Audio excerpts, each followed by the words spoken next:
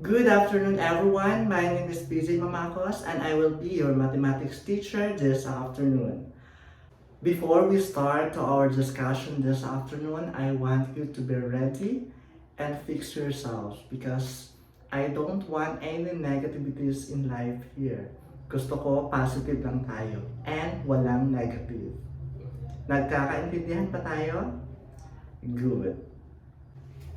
May I remind everyone, to those students who did not claim yet their modules, please claim it as soon as possible para mas makahabol tayo sa susunod nating distribution and retrieval of new modules. Okay? So sa hindi pa nakaka-claim dyan or nakakuha ng modules, please magkuha na kayo. Are we all set? Let's begin. So last week we have discussed about sector and segments area, secant and the tangent segment. Now, we can define what is sector. Yes, Ivan. Very good. Sector of a circle is a region boundary by an arc of the circle and the two radii to the endpoints of an arc. Very good, Ivan. Or that's what we call the shaded region. Okay, very good. Okay, next is, who can define segment? Yes, Michaela. Very good. Segment is a finite part of a line between 2 points in the line. Very good. So, at this moment, I want to share with you a picture or images, and I want you to observe, discover, or know what the picture or images depicts. So, let's begin. What do the picture tells about? Yes, Samantha. Okay, Samantha said having a conversation between the two girls or a woman. Very good observation. Okay, how about this picture? Yes, Ken. Very good. Having a conversation between the two children using a lata as their phone or telephone. Very good observation. How about this picture?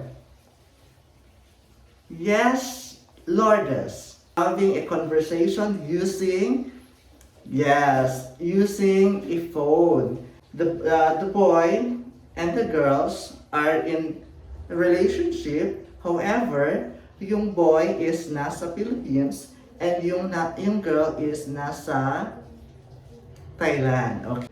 How about this one? Yes, Jen. Yes, it's a map. Okay, how about this picture? Yes, Christina. Okay, that's good. One who tried to set the ball, and then the one here is trying to hit the ball, and then of course the one here is trying to block the ball. So how about this picture? Yes, Ivan. Yes, very good observation, Ivan. They have to follow the protocol or the restrictions so that they will be able to or to avoid spreading if ever meron mas lang virus na sa COVID-19. So, it's better na meron silang social distancing. So, based on the pictures or scenes that I have shown to you, how do the scenes or the pictures similar from one another? Yes, Shello. Very good. They are similar from one another because of the distance between them. Very good, Shallow. Now, how important distance in our day-to-day living, especially in times of pandemic that we are facing? Great answer, Ivan. Very good. You have a point. Okay, so we always hear the word social distancing, especially in times we are facing as of the moment. The government will always emphasize us to abide this protocol. Yes, since this is for our own sake. It is necessary to keep distance with others to avoid getting virus. Okay, so do you have an idea what is our topic this afternoon? Yes, Kyle. Okay, it's all about social distancing. Pwede. How about Crystal? Okay, it's about distance. Very good. So our topic this afternoon is all about distance formula. What is distance is all about? Okay, before that, let's consider first our objective this afternoon. First, at the end of the lessons, you will expect it or you will be able to derive the distance formula. Second, apply the distance formula to prove some geometric properties and solve problems involving distance formula in real life situation. So now we're talking about distance formula. As you can see in this picture, there is a distance to each other. Like for instance, if we are going to find the distance from this man to this man, or from this man to this man, or from this man to this man. Para mas maunawaan natin in finding the distance between this man, from this man or man to this man. Okay. Can you still remember in the Cartesian plane? So, if this is our Cartesian plane, then you are asking to find the distance from man A to man B, or man B to C, or man C to man A. Now, as you can see, the man A to man C is parallel to the x-axis. So this is our x-axis and this is our y-axis. So si man B to man C is parallel to the y-axis. So to find the distance between man A to C, since this is parallel to the x-axis, the distance can be determined using distance is equal to absolute x sub 2, absolute x sub 2 minus x sub 1. So we can read this one as x sub 2 minus x sub 1. Why there is an absolute? Because we are finding the distance between the two points or the two man. Mauna, ginabutangan natin siya og absolute value. Same also with man B to man C. This man B to C is parallel to the y-axis. So ito yung y-axis natin. So can be determined also that distance is equal to the absolute value y sub 2 minus y sub 1.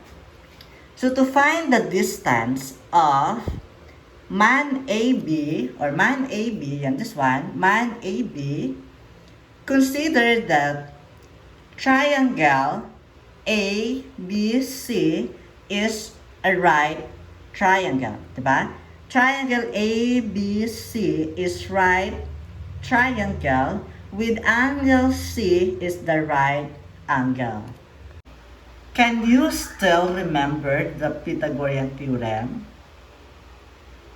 Very good.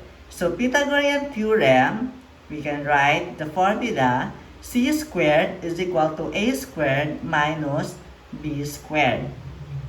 Now, since we are asking to find the distance from man A to B or AB, so we need to substitute since this is our parallel to the y-axis, so that is y. Distance is equal to y y sub 2 minus y sub 1. And here also, this is parallel to the x-axis. So that is why we have x sub 2 minus x sub 1. So this value, we need to substitute this. Okay, if this is our formula, c squared is equal to a squared minus b squared, then substitute natin siya sa c squared, yung a, b. So that is why ab squared is equal to ac, that is our a squared. Next is b squared, that is bc squared. Next, you have to substitute distance AC, distance AC and BC. So, since this is our value of AC, so you have to substitute this one. So, AB squared is equal to x sub, open and close, x sub 2 minus x sub 1 squared plus substitute the value of BC, so y sub 2 minus y sub 1. So after that, you have to extract the square root both side. So extract natin siya dito ng square root. Yan. Then cancel natin yan si 2. That is why we have AB is equal to the square root of open and close x sub 2 minus x sub 1 squared plus y sub 2 minus y sub 1 squared. Or we can simply write this, since we are finding the distance between AB, or we can simply write D, or distance, is equal to the square root of open and close x sub 2 minus x sub 1 squared plus y sub 2 minus y sub 1 squared. And this is the formula for distance.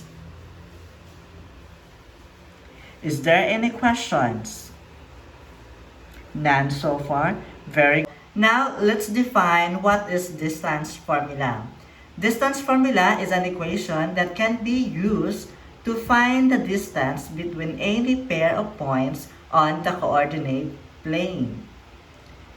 So, given 2 points, x sub 1, y sub 1, and x sub 2, y sub 2, the distance between the 2 points can be measured as d is equal to the square root of x sub 2 minus x sub 1 squared plus y sub 2 minus y sub 1 squared.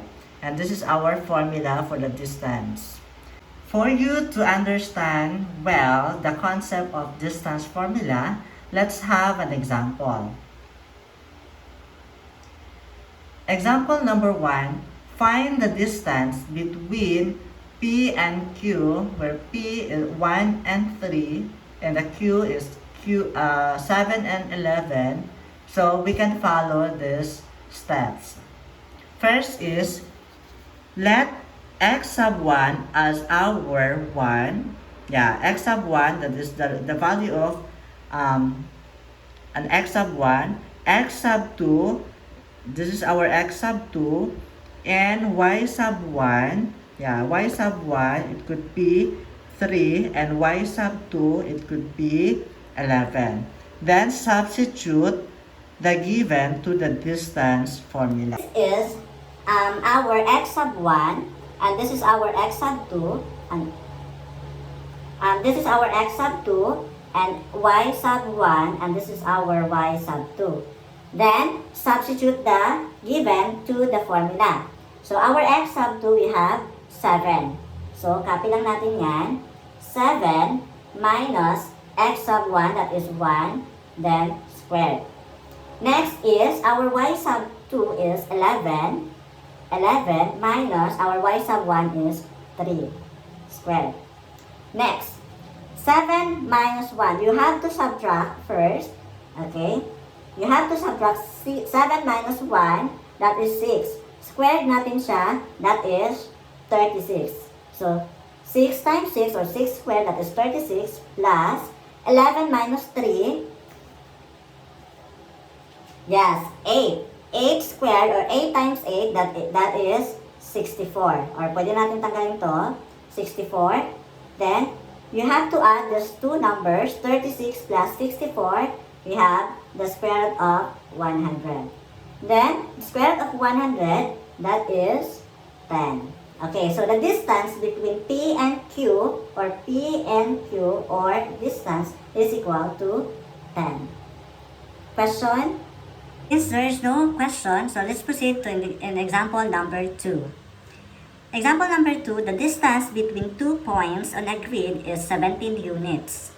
If one of the point has a coordinate of -2 and 10, and the other point has an x coordinate of 13, what is the y coordinate of the second point? Okay?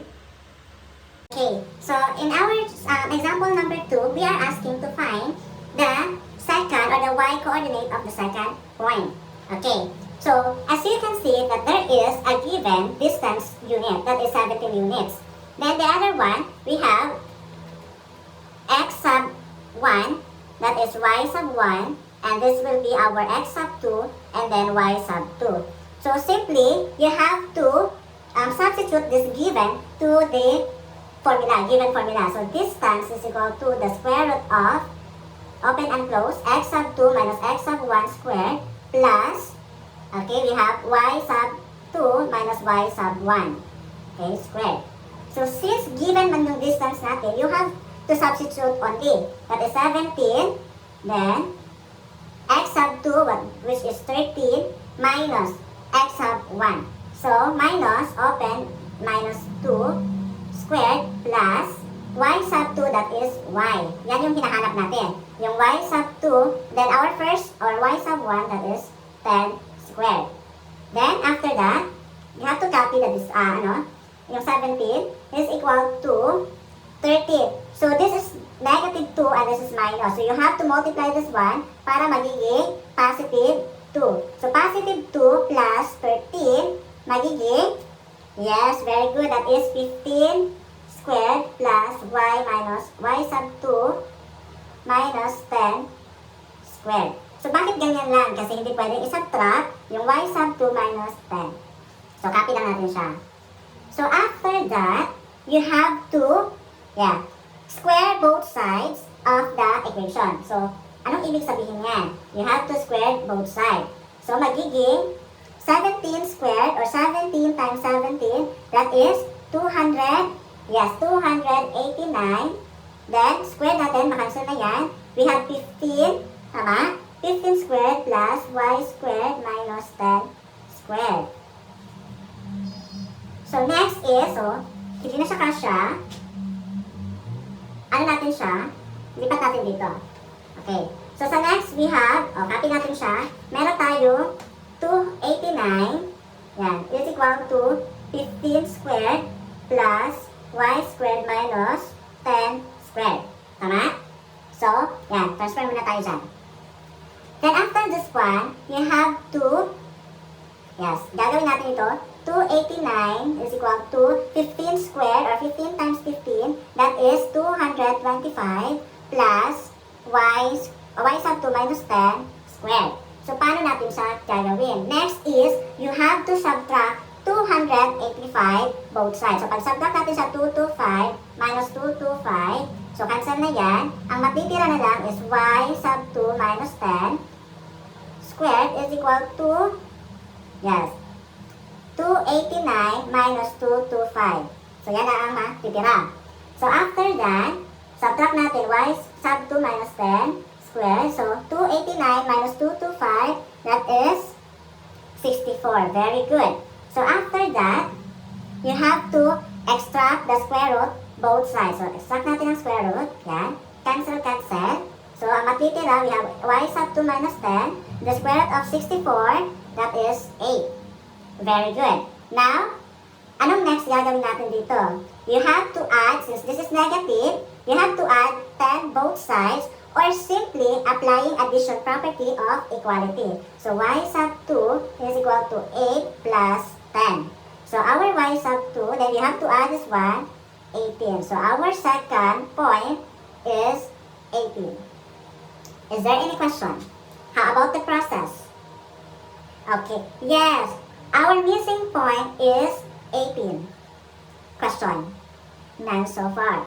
So, another example is prove that the triangle whose vertices are A, -1 and -1, B, 3 and -4, and C is 2 and -3 is isosceles. Since we are finding, we need to prove that the triangle whose vertices are isosceles. So, let's say if AB, okay, we need to find the distance of AB, BC, and AC. So, first is you have to find the distance between A and B. Okay? So, A and B, this will be our x sub 1, x sub 2, y sub 1, and y sub 2. Next is you have to substitute the given to the formula. First is our x sub 2 is 3, so you have to substitute. Yan, copy natin. We have 3, that is our x sub 2, minus. So since minus and this is negative, if you multiply, negative times negative becomes positive. So that is why positive 1, pwedeng ganyan diretsyo, plus our y sub 2 is -1, and then our y sub 2 is -4, and yeah, -4 minus our y sub 2 is -1. So, -1 and this is negative, multiply lang natin, becomes positive 1 squared. Next is, you have to add this one. So, 3 plus 1, that is 4 squared, 16. Plus, -4 plus 1. So, since they are not the same operation, so you have to subtract, then follow ang yahang sign. So, this is -4 plus 1 becomes -3. Then, squared natin, -3 times -3 becomes positive 9.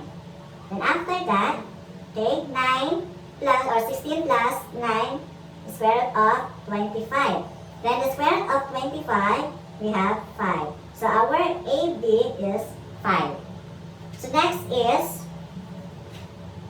measurement of or distance between B and C. So, B and C, yan. So, ano na natin, this will be our y sub 2, y sub, yan. So, this will be our x sub 1, x sub 2, y sub 1, and y sub 2. So, our x sub 2 is 2 minus 3 squared. Since this is our first, x sub 1, our first point. Next, you have to add. So, our y sub 2, 3, and this is negative. Negative 4 times negative becomes positive 4 squared. Then, you have to subtract 2 minus 3 becomes -1. Squared natin siya. 1 times 1 becomes 1. Then, 3 plus 4, yes, you have to add this one since they are the same operation or sign. So, 7 squared natin or 7 times 7, okay, becomes 49. Then after that, you have to add then 50. Yan, the square root of 50. Square root ng 50, so hindi siya pwede. So you have to multiply na pwede, meron pang square root. So ano ba yung natin dito na perfect square? So we have 25 times 2.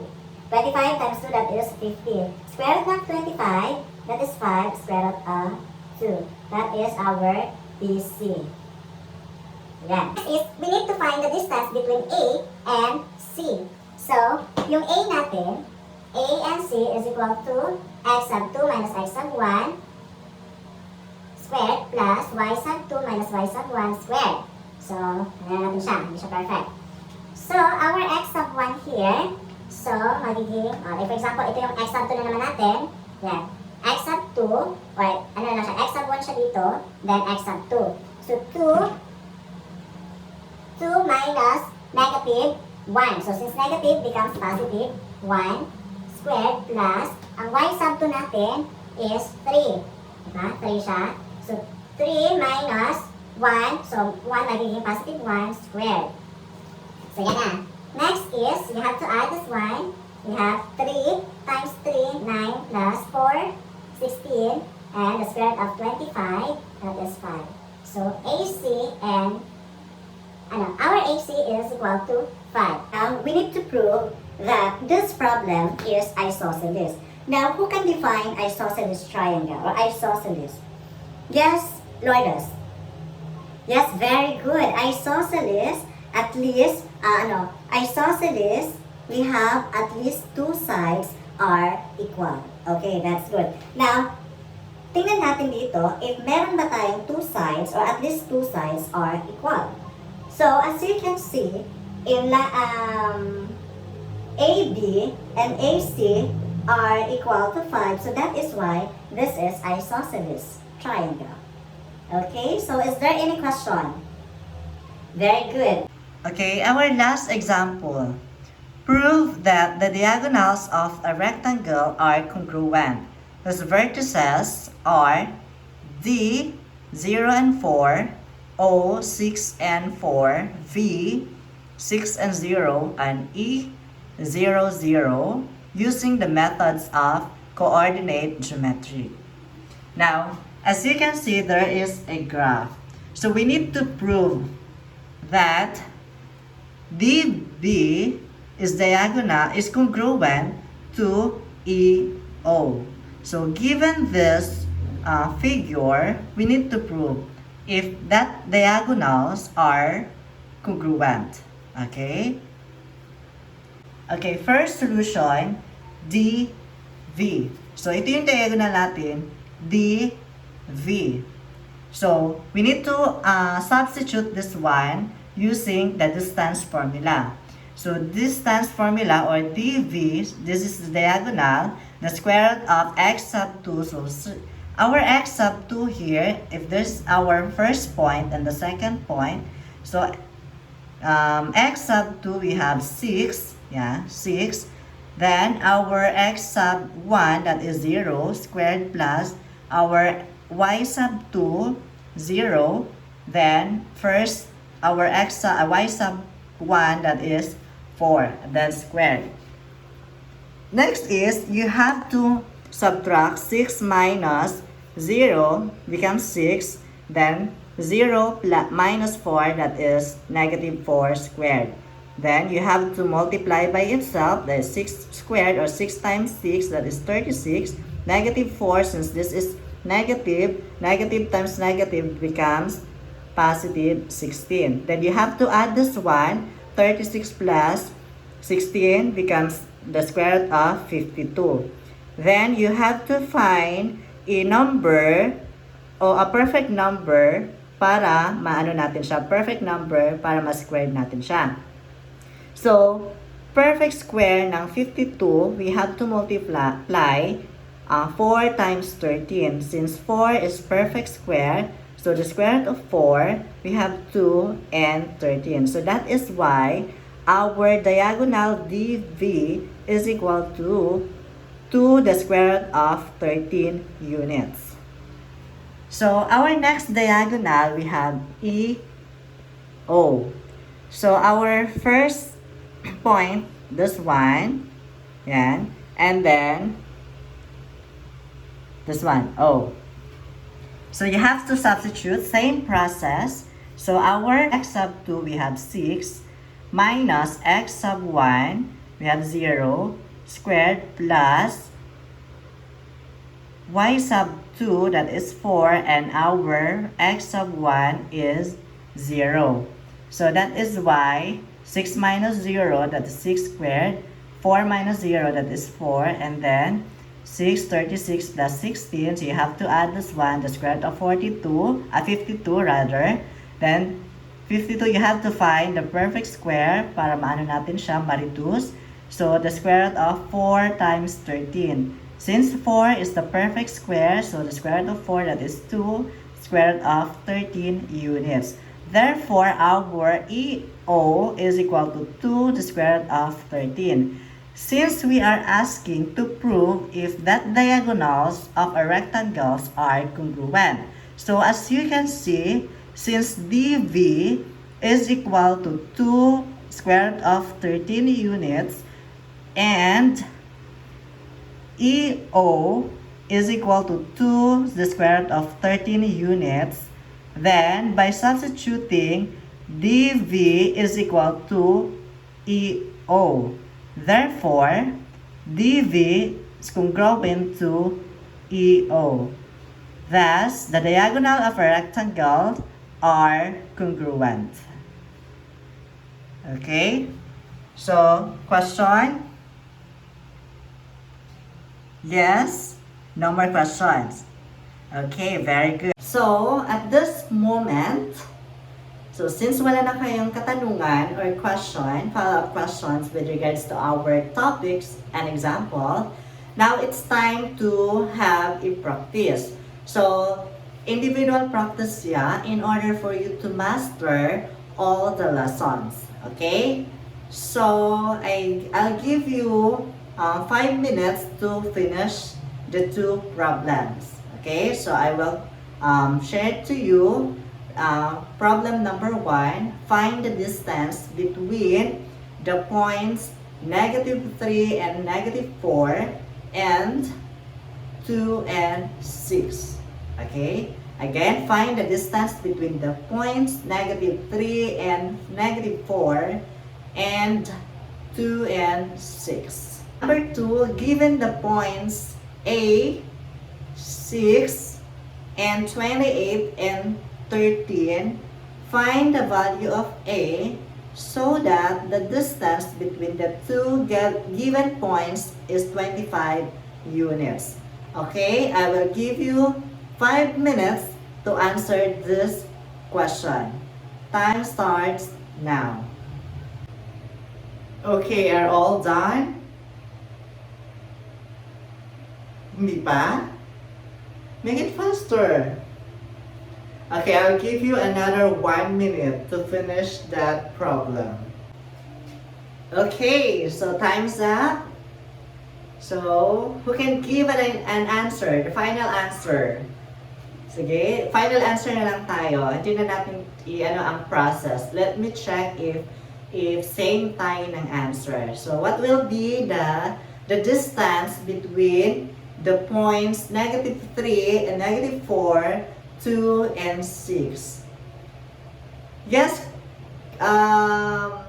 Jilan. Very good. The distance between -3 and -4 and 2 and 6 is 5, the square root of 5. Very good. Okay, how about number 2?